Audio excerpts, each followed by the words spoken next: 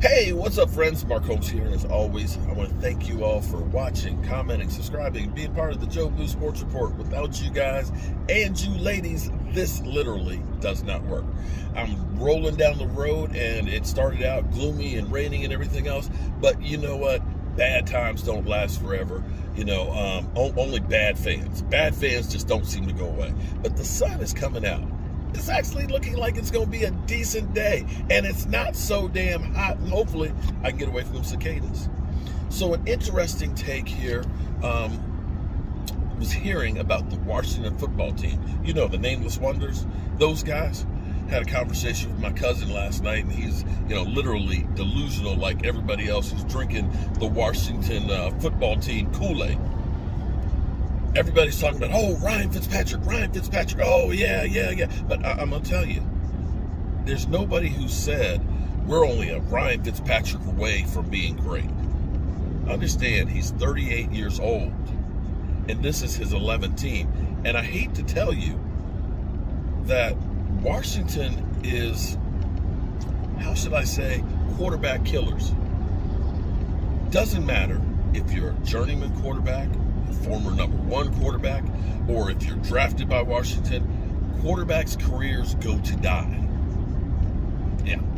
But everybody figures Ryan Fitzpatrick, Fitzmagic, yeah, the journeyman quarterback. He's going to be the one that gets out alive. Dudes, when you see the other quarterbacks in Washington, you've seen the movie Get Out, right? Where that one guy's there, he's got the look and he's got the tear. It's like, get out alive. Ryan, get out alive, dude. But here's the interesting thing for all of you Washington fans that are drinking the Kool-Aid that Ryan Fitzpatrick is the guy. The team has now announced, guess what? It's going to be open competition for starting quarterback between him and Tyler Heineke. What? Wait a minute. I thought he was the guy. So now you're telling me that he might not start? That he's got to be in open competition with a Heineke? Okay. So we got a little clip here. Deron Payne from the Washington football team, the Nameless Wonders, who's talking about how the change in culture is. And just a little taste, and I'll give you my thoughts on whether or not the Washington football team is actually as good as they're being hyped, or if they're frauds. Check this out. Offensive line, when you're talking about O.C. Umenyiora and JPP and Michael Strahan and those type of caliber players, one of the greatest things was to see them compete to get theirs, but more importantly, work to make each other better. Is that same dynamic that you guys have in that room? I know that it's a light room, everybody's got their own personalities, but everybody's pushing each other to be the best that they can be and bragging when they do get that sack. Oh, yeah, definitely. We definitely push each other hard. We get after it. We hold each other accountable, like I said. I just know every day we usually start off by just telling each other our expectations for the practice, just get each other motivated. And I know Chase always going to hold everybody accountable, J.A., all them boys. We just put in the grind and producing. Ryan Kerrigan spent 10 seasons playing for the Washington football team. You know how productive he was as a former first-round pick. He made up one of 5 first-round picks you guys had last year on the defensive line. He leaves via free agency. Now in comes Jamin Davis, this year's first-round pick at the linebacker position out of Kentucky. First of all, what do you expect from him? And I know you guys are just kind of starting to assemble for this mini camp. What are you missing with Ryan Kerrigan leaving, and what are you gaining with Davis coming in the door? For Ryan, definitely that veteran around there, just do everything the right way. Always a good guy, always competing, doing things the way they're supposed to be done. So it's always good to have around the team. I know I'm gonna miss him a bunch. He taught me a bunch, and flying the linebacker. I just know he's gonna come out and fly around, and I'm just happy to see him get out there and get in the groove with things and start making plays. And I got to bring up another Ryan Fitzpatrick. I think we all saw the picture of his first day at school yesterday that he had holding up. That was absolutely hilarious. Just talk about the impact and the dynamic that he brings to your football team.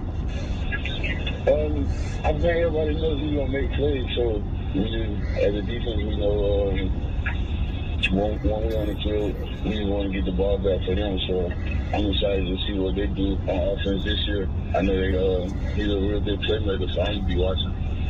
Duran, listen, last year was a trying year for a lot of players around the National Football League, just playing through a global pandemic. And then you guys, your coach was battling cancer. You guys had to sort of circle the wagons. You lost your name too, by the way. That storm of adversity. And then your quarterback, Dwayne Haskins had been a high pick. There was these high expectations. He was your quarterback at the beginning of the season, no longer even on the team by the end of the season. Yeah. Compared to last year and all those things you went through, how easy or maybe this season might be when you think about all the things you went through 1 year ago?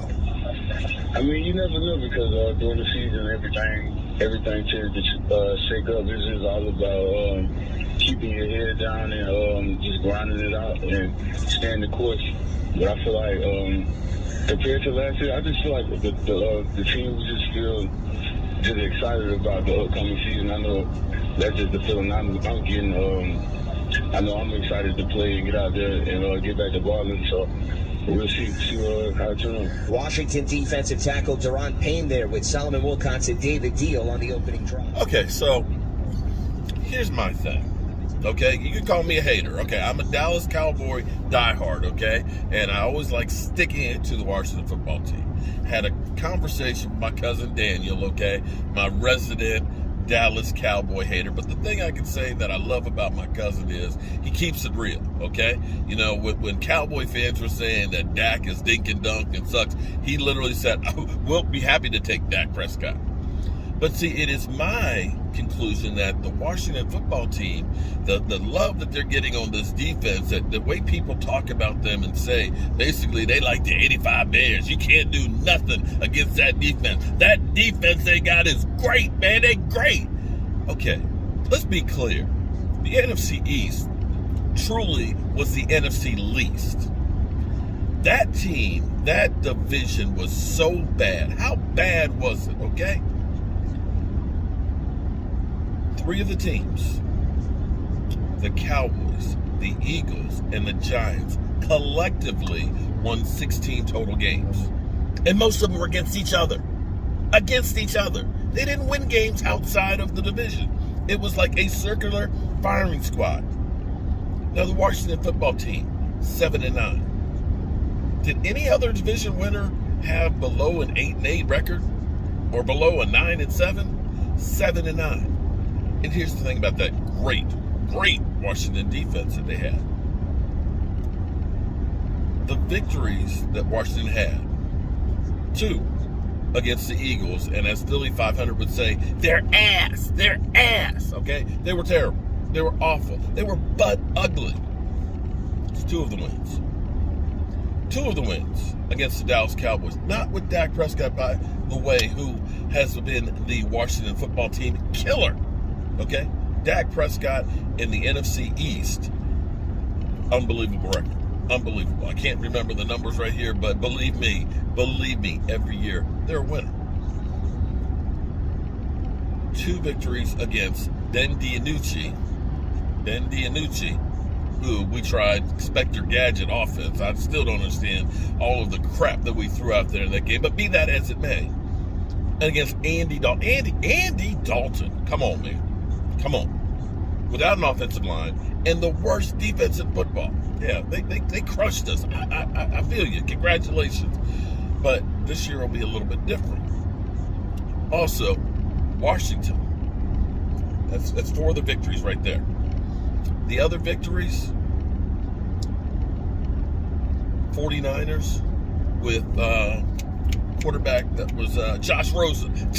Josh Rosen. Oh man, you guys did great against Josh Rosen, the 4th-string quarterback, literally the 1st-round draft pick that's become a journeyman, who started out in Arizona, went to Miami, went to someplace else, and then had a cup of coffee in San Francisco.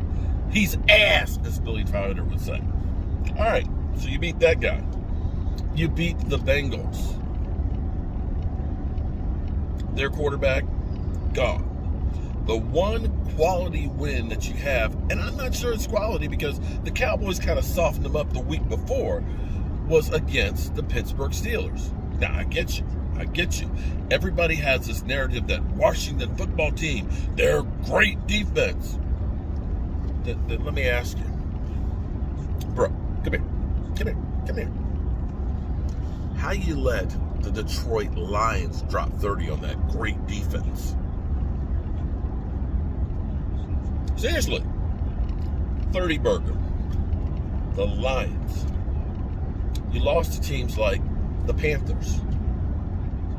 I'm not saying that Washington's, a bad team, but I think they need to pump the brakes. I think there's a little bit of fraud in this situation with the Washington football team. Now, maybe I'm wrong, but see, now you don't have that fourth place schedule next year. Next year, you get to play with the big boys. You get to play against Seattle. You get to play against Buffalo.